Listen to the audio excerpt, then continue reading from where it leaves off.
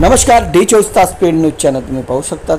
सकल हिंदू परिषद यांच्या माध्यमातून उद्या धुळे बंदचं आव्हान करण्यात आलं। यावेळी काही कार्यकर्त्यांनी बॅनर हातात घेऊन धुळे बंद करा असे आव्हान देखील केले।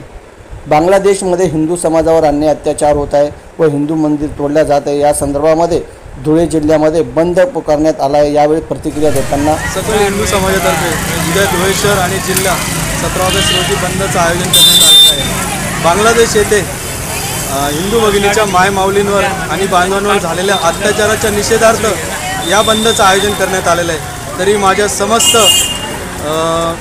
समस्त नागरिकांना मनपूर्वक विनंती आहे की या बंदमध्ये आपण आपले उद्योगधंदे कामं सोडून शांततेत सहभागी व्हायचं आहे आणि जी काही निंदनीय कृती झालेली आहे, आपल्या माता भगिनींवर अत्याचार झालेले आहे, बलात्कार झालेले आहे, आपल्या बांधवांचे खून झालेले आहेत, हे जे काही हिंसक कृत्य घडलेलं आहे या कृत्याचा निषेध म्हणून आपण सर्व माता भगिनींनी या बंदमध्ये आणि मोर्चामध्ये शांततेत सहभागी व्हायचं आहे। कुठल्याही प्रकारची हिंसा करायची नाही आहे, आपल्याला हिंसेला कधीही समर्थन नाही द्यायचं आहे।